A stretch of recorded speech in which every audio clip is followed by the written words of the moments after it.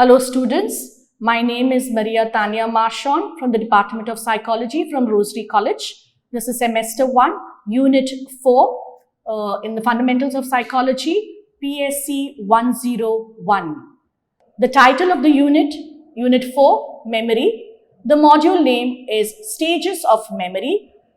In this module, I will be covering encoding, storage and retrieval, as well as methods of retention, which are recall, recognition and relearning. Outline of the subtopic, stages of memory, which will include encoding, storage and retrieval, methods of retention, which are recall, recognition and relearning. What are the learning outcomes of this unit? This module will help students to understand and learn the stages of memory, study the methods of retention in memory. Now let us look into the nature of memory. What are the three phases of memory? Memory is the retention of information over time through encoding, storage and retrieval. That is, for the memory to work, we have to take in information, store it or represent it in some manner and then retrieve it for some purpose later. Think about how important memory is in carrying out simple tasks. For example, you meet someone attractive at the library and you would like to remember some facts about the person. To do this, you have to encode information about the person's appearance, name, majors, interest, and so on. After leaving the library, you don't have any way to write down the information, so you must retain it for an hour till you get to your room. Later, you might write down the person's name to make sure you do not forget it. The next day, you see the person at the bookstore and recognize the person and remember what you have talked the previous day. Encoding, storage and retrieval make up a kind of cycle in memory. We rely on our memory systems to carry out similar plans every day of our lives. Human memory systems truly are remarkable when you think of how much information we put into our memories and how much we must retrieve to perform all of our life's activities. Stages of memory. We have the incoming sensory information. This information goes to the first stage, that is encoding. Information is converted for storage. After it is encoded, we go to the second stage, that is information is retained in memory. And third is retrieval of this information is recovered from memory when needed. If any of these processes fail, memory will fail. So we have to go to these three stages of memory to recollect or to memorize that information. Now let us go to the details in the process of memory. Encoding. The first process in memory system is to get the sensory information into a form that the brain can use called encoding. Encoding is the set of mental operations that people perform on sensory information to convert that information into a form that is usable in brain storage system.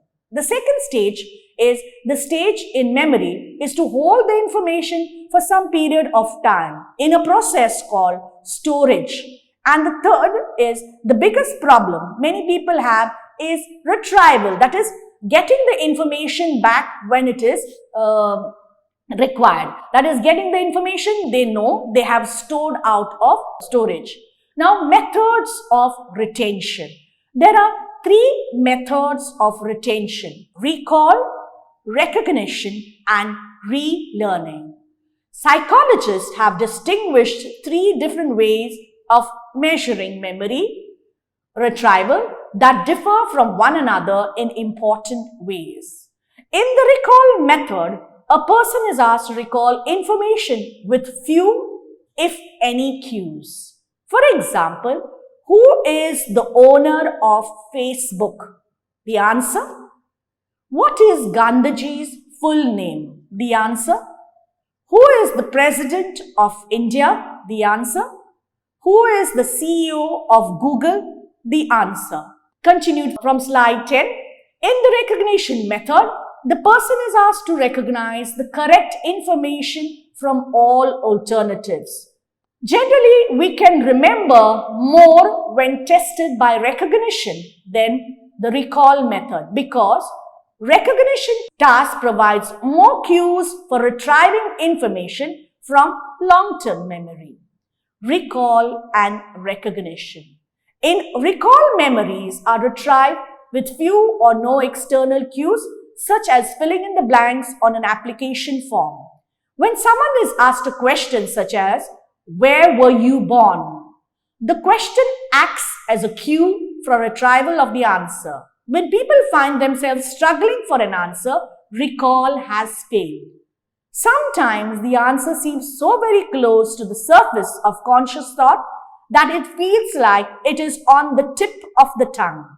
This particular memory problem gets more common as we get older. Another interesting feature of recall is that it is often subject to a kind of prejudice of memory retrieval in which information at the beginning and at the end, such as a poem or song, that tends to be better remembered more easily and accurately. This is called the serial position effect. Words at the beginning of the list tend to be remembered better than those in the middle of the list. This effect is called the primacy effect. It is due to the fact that there is nothing to interfere with the first few words of the list, will receive far more rehearsals than the words in the middle. The recency effect is attributed to the fact that the last word or two was just heard and it is still in short-term memory for easier retrieval with no words entering memory. Recognition, on the other hand, involves looking at or hearing information and matching it to what is already in memory.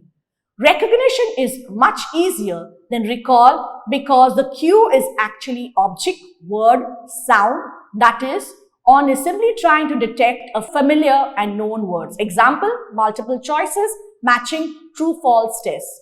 Recognition tends to be more accurate for images, faces. However, at times there's enough similarity between a stimulus that is already in memory and one that is memory so that there is a false positive occurs. A false positive occurs when a person thinks he or she has recognized something or someone, but in fact does not have something or someone in memory. False positive can be disastrous in certain situations, such as an eyewitness testimony, that is, seeing is believing. The relearning method is the most sensitive of all these three methods of evaluating memory, even when you can neither recall nor recognize information. In this method, you relearn previously memorized information. If the relearning takes less time, then the original learning, that information has been remembered. Let us go back to our kindergarten days and let us recall the poems that we have learned, like Jack and Jill and Baba Black Sheep. References are two reference books that you can refer to which are offline. Thank you, students.